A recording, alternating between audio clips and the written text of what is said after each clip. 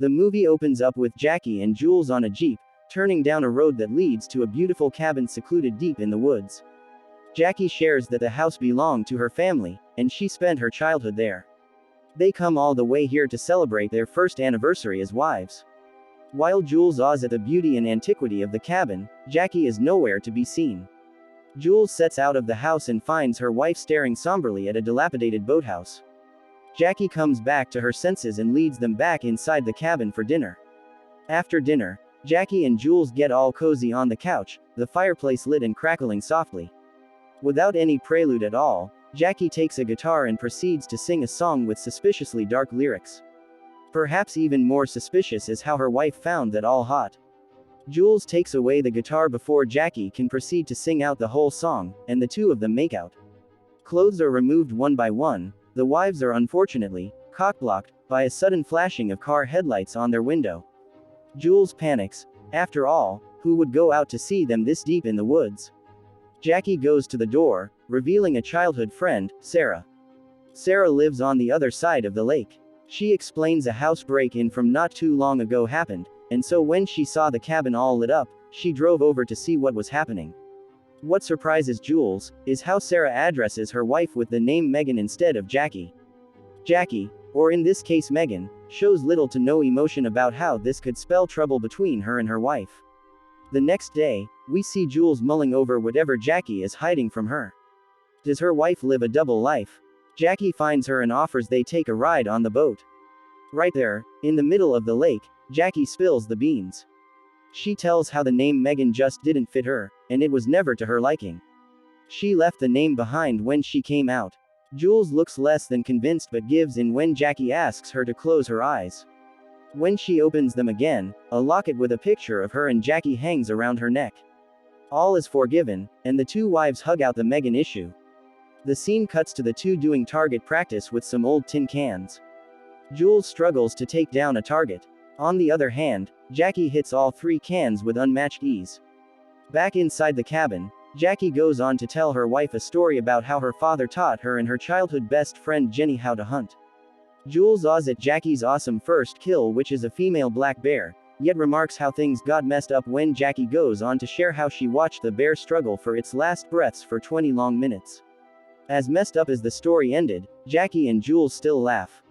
The next day, Jules wakes up to an empty bed.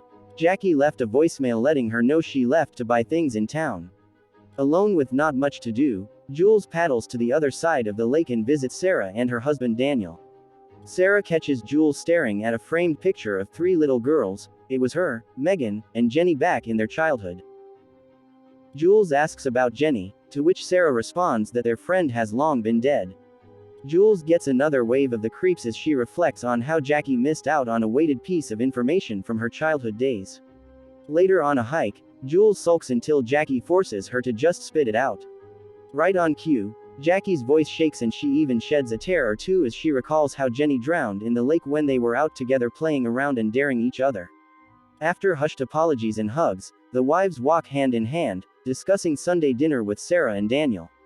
They reach a cliff, and Jules is awestruck by the view. Jackie on the other hand has other goals in mind. Again, no eerie background music played when all of a sudden, Jackie pushes her wife off the cliff. Jackie peers down the cliff to see an unconscious and bloody Jules, with limbs all set in the wrong places. Jackie returns to the cabin and tosses her ripped blouse to the fireplace.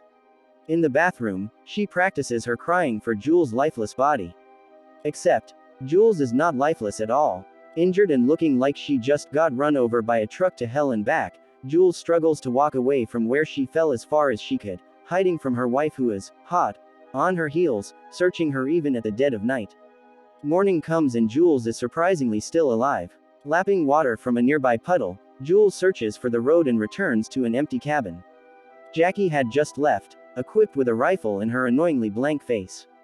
Jules fails to find a phone, tending instead to her injuries. Jules goes hardcore as she stitches up her stomach wound and readjusts a broken finger. Fleeing the cabin to look for help, Jules takes out the boat again to paddle over to Sarah's. Jules' luck is pretty much down the negative scale at this point, as her psychopathic wife catches up to her. Firing missed shot after another, Jackie chases Jules down on another boat. Eventually, Jackie boards Jules' boat and threatens her to keep her mouth shut. Daniel, whose personality seems to revolve around sipping wine, catches sight of the two ladies from the dock. He asks if everything's okay, and Jackie says all is well. She was about to call a rain check on Sunday dinner when Jules hollers that it would be much better to have the dinner tonight. Clueless about what's going on, Daniel agrees. They're back inside the antique home again, with Jackie bathing Jules. Jules dares to ask her wife if she had ever loved her. Jackie easily replies no, face void of any emotion. She even attempts to drown Jules in the tub, threatening her that she could splice Jules' guts, should Jules ever think of telling on Jackie to their dinner guests. Before their guests arrive, Jules and Jackie sit in front of the fireplace. Jules confronts her wife again, telling her killing is not what makes her alive. Jules offers to find Jackie some mental help. Meanwhile, Jackie is intent on sharing about her first wife. I mean, talk about tactlessness. Discussing your first wife with your present wife you're terrorizing, and how their relationship ended. AKA, Jackie killed her first wife at the age of 19. 8 p.m. comes around soon and Daniel and Sarah arrive at the cabin, Daniel with a bottle of wine in hand. Sarah says the whole cabin feels like a time capsule. She embraces Jules upon finding her and asks if she's okay because of Jules' pained grunt from a mere hug. Jules waves it off and says she's fine, just the soreness of paddling. At the dinner table, Jules gets the hot seat of the evening's questions. Sarah asks her how she figured out Megan was finally the one. With shaky eyes, Jules goes on about how she fell in love slowly, but there's no escaping its grip. Rather than speak fondly of Megan, Jules rambles on about how the little nuances and habits become something so significant, and how their thinking can never be truly understood, yet she is always ready to take the leap and risk it all. Tension rises thickly at the dinner table, but just like how the movie has always been wrapping things up, they laugh it all out. After dinner, the two couples separate into little chats. Jules whispers to Sarah about her wife's psychopathic tendencies, but Jackie catches on quickly. Without blinking an eye, Jackie slashes Daniel's throat. Jackie comes after Sarah next, chasing her up the stairs and stabbing her multiple times.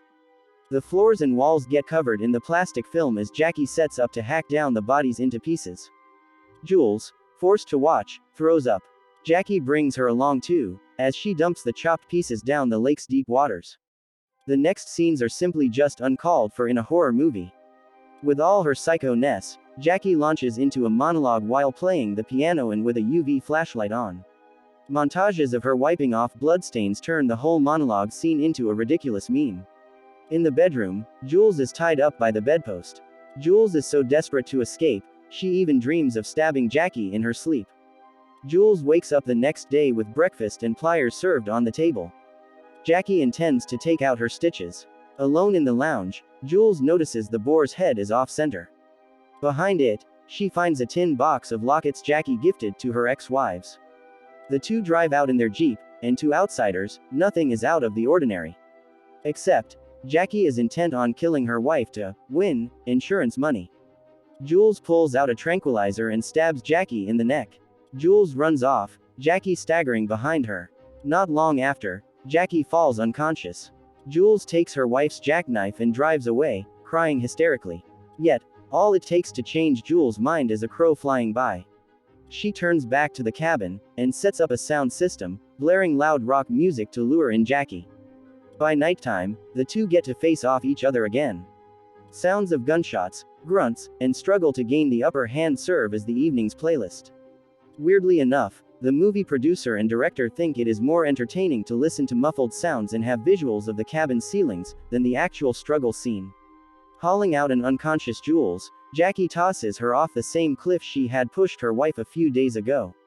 Deeming Jules dead, Jackie smugly calls the police to report the unfortunate incident.